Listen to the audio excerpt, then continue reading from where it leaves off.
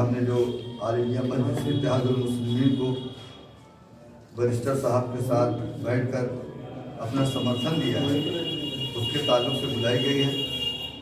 उनके ज़िम्मेदार यहाँ पर सूबाई ज़िम्मेदार भी एक हमारे साथ बैठे हैं और एक ज़िले के जिलाध्यक्ष हैं जो प्रदेश के सचिव हैं, प्रदेश के महासचिव डॉक्टर जफर रईस अंसारी साहब हमारे बीच में बैठे हैं और ज़िले के अध्यक्ष जनाब अतीक इब्राहिम साहब हमारे बीच में बैठे हैं। ये आपको बताएंगे कि हम जो है ऑल इंडिया मजलिस इत्तेहादुल मुस्लिमीन को सह दक्षिणी में मोहम्मद फरहान साहब को अपना पूरा जो है समर्थन दे रहे हैं और उसके ताल्लुक से आप जो भी बातें इनको लोगों से आप पूछना चाहते हैं आप पूछ सकते हैं, इसीलिए ये पूरी प्रेस वार्ता का इंतजाम किया गया है। फरहान साहब हमारे यहाँ AIM के कैंडिडेट हैं, उनको पीस पार्टी अपना पूरा समर्थन दे रही है। इलाहाबाद दक्षिणी के जो हमारे मोहम्मद फरहान साहब खड़े हैं उनको और पूरा समर्थन दे रही है, जिससे हमारे वोटों का बंटवारा न हो। और हमारे राष्ट्रीय अध्यक्ष जी डॉक्टर अयूब साहब ने ये फैसला किया है कि हमारे वोट बटे नहीं और हम जो है पूरी ताकत के साथ लड़ें और अब की जो है वो किंग मेकर की भूमिका निभावें, जिससे अभी तक हम ताबेदार थे। इंशाअल्लाह ताला अब की हम हिस्सेदार बनेंगे, बगैर हमारी हुकूमत नहीं बनेगी। कब दिया पीस पार्टी ने समर्थन? पीस पार्टी का समर्थन तो पहले से था। पीस पार्टी ने बहुत पहले इलेक्शन जब स्टार्ट हुआ तभी से समर्थन दे दिया था, लेकिन बाकायदा तौर पे प्रेस कॉन्फ्रेंस अभी 4-5 दिन पहले हुई है। जी बैरिस्टर साहब के साथ बैठ के प्रेस कॉन्फ्रेंस हुई है। तो डॉक्टर साहब ने तो बहुत पहले समर्थन दे दिया था कि जहाँ हमारे कैंडिडेट नहीं खड़े वहाँ पीस पार्टी वो वैसी साहब की पार्टी हुई। ऑल इंडिया इत्तेहादुल मुस्लिमीन को हम पूरा समर्थन देते हैं। हम लोगों को आदेश आ गया था कि आप लोग उनको जिताने का काम करें। मुसलमान हिंदू से मतलब नहीं है।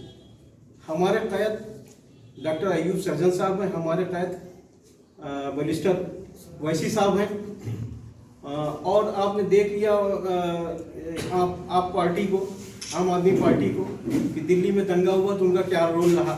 और इसके पहले भी कितने मुसलमानों के इशूज़ पे कभी कोई बोलता ही नहीं है हमारे।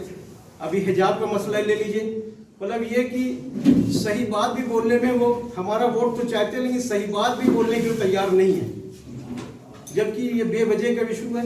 हर धर्म में हिजाब है, कोई घूंघट करता है, कोई स्कार्फ से करता है, कोई नकाब ओढ़ता है, कोई चादर ओढ़ता है। ये तो बड़ी अजीब सी बात है कि अब जो है वो कपड़े उतारने की बात हो रही है। एक बड़ा मुद्दा उठ के उभरा।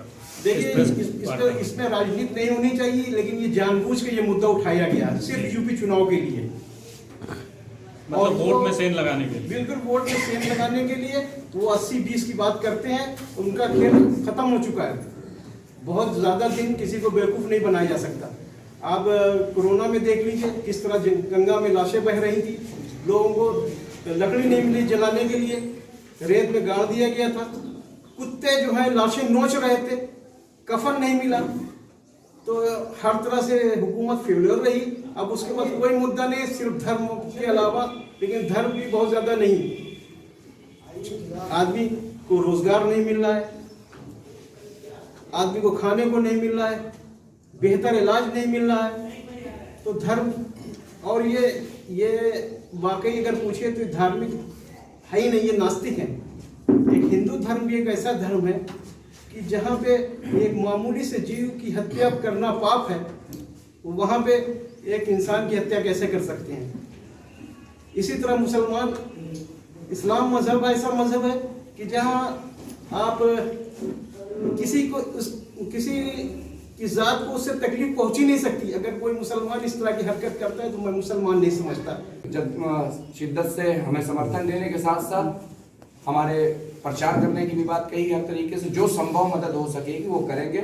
मुझे पूर्ण विश्वास है कि जब 10 मार्च को रिजल्ट आएगा तो आपका भाई विधायक बनकर विधानसभा में पहुंचेगा। तो प्राथमिकताएं क्या है?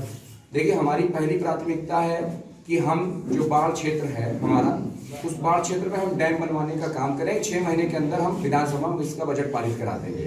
साल भर लगेगा, इसको बनवा के तैयार कर देंगे। इसके अलावा जहाँ पर मुस्लिम स्कूलों की जर्जर स्थिति, तो हम अगर नया स्कूल बनाएंगे उसके लिए हमें टाइम लगेगा। हम इन स्कूलों का नवीनीकरण कर देंगे। नवीनीकरण जब हो जाएगा तो इसमें क्या नाम, शिक्षा जल्दी अच्छे से चालू हो जाएगी। क्योंकि अभी देखेंगे आप, छत से पानी टपक रहा है, छत टूटी हुई है, तमाम सी चीजें हैं। कोई सपा की भी सरकार रही है, भाजपा की भी सरकार है, सबने देखा है। शहर दक्षिणी की रोडें इस तरीके से हैं जिस तरीके से यूएस में होती हैं। भैया, भारतीय जनता पार्टी के जो मंत्री जी हैं वो हर जगह ही कह रहे हैं हमने बहुत विकास किया है। तो मैं कहता हूं जिस तरीके से अमेरिका में सड़कें हैं उस तरीके से शहर दक्षिणी सड़कें यहाँ पर हैं। आप लोग खुद जानते हैं, जाइए देख लीजिए। अगर आप 10 मिनट अगर सही तरीके से गाड़ी चल जाएंगे तो आपको कमर में दर्द होने लगेगा। इस तरीके की सड़कें हैं। शहर दक्षिणी का विकास तभी संभव है जब वहाँ पर अपना आएगा कोई, तभी संभव है। और इलाहाबाद स्मार्ट सिटी तभी बनेगा जब करेली स्मार्ट बनेगा। करेली की तरफ कहीं कुछ नहीं होती है, हर जगह खाली कूड़े पड़े रहते हैं। 10-10 दिन परेशान रहते हैं लोग कि क्या नाम है, नगर निगम की गाड़ियां आए जिससे कूड़े लेके जाए, कुछ नहीं होता है। कोई कूड़ा उठाने नहीं आता है, नाली बजबजाती रहती है, नाले बजबजाते रहते हैं। सब आदमी वोट के टाइम आते हैं, चाहे वो सपा हो चाहे वो भाजपा हो। अच्छा, लोग चुनाव में हम देख नहीं रहे, हम जीत रहे हैं इंशाल्लाह। हम देख नहीं रहे, जीत रहे हैं। किससे लड़ाई आपकी?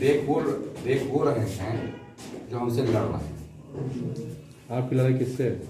हमारी लड़ाई इस चुनाव में आप दोनों से है। हमारी लड़ाई सपा से भी है और भाजपा से भी है। ज़्यादा अंतर नहीं है, क्योंकि जो सपा के प्रत्याशी हैं वो भारतीय जनता पार्टी से ही आए हैं और अभी उन्होंने भारतीय जनता पार्टी की सदस्यता से इस्तीफा नहीं दिया। मैंने कई जगह उनसे कहा है कि करेली की गलियों में टहलने से पहले आप भारतीय जनता पार्टी की सदस्यता से इस्तीफा दे दिए, फिर आराम से टहलिए, हमें कोई आपत्ति नहीं है। मुस्लिम आपको एक्सेप्ट करें ना करें ये हमारी समाज के ऊपर है, मगर कम से कम आप भारतीय जनता पार्टी की सदस्यता से इस्तीफा दे दीजिए।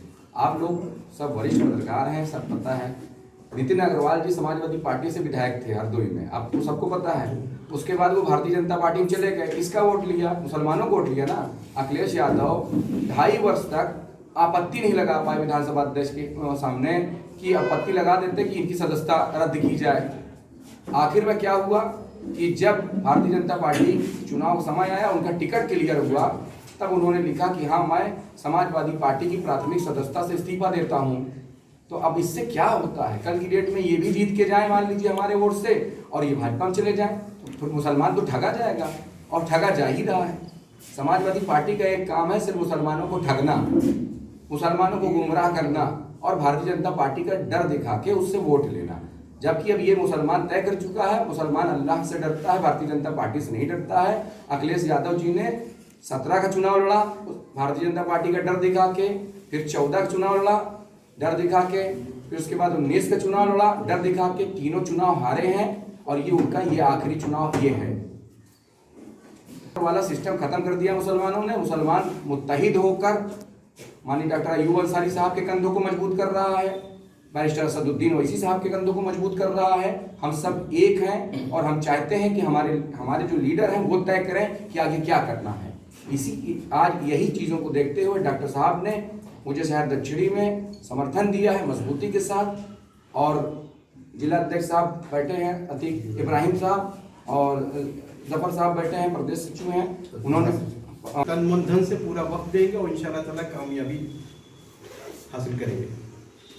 3 दबे कुचले शोषित समाज, खुसूसी तौर पे माइनॉरिटी मुसलमानों के साथ जो भेदभाव किया जा रहा है, हमको अछूत समझा जा रहा है।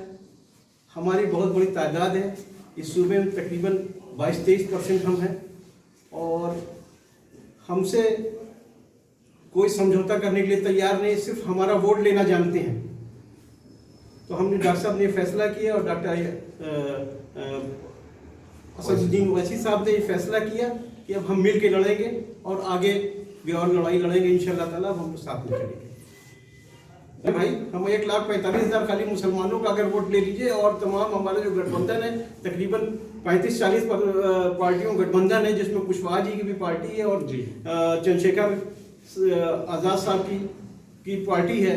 ये सब मिल के चुनाव लड़ा, हमको हर वर्ग से वोट मिल रहा है जी। और अब की हम जो है इंशाल्लाह ताला कामयाबी पाएंगे और हुकूमत में साझेदार बनेंगे।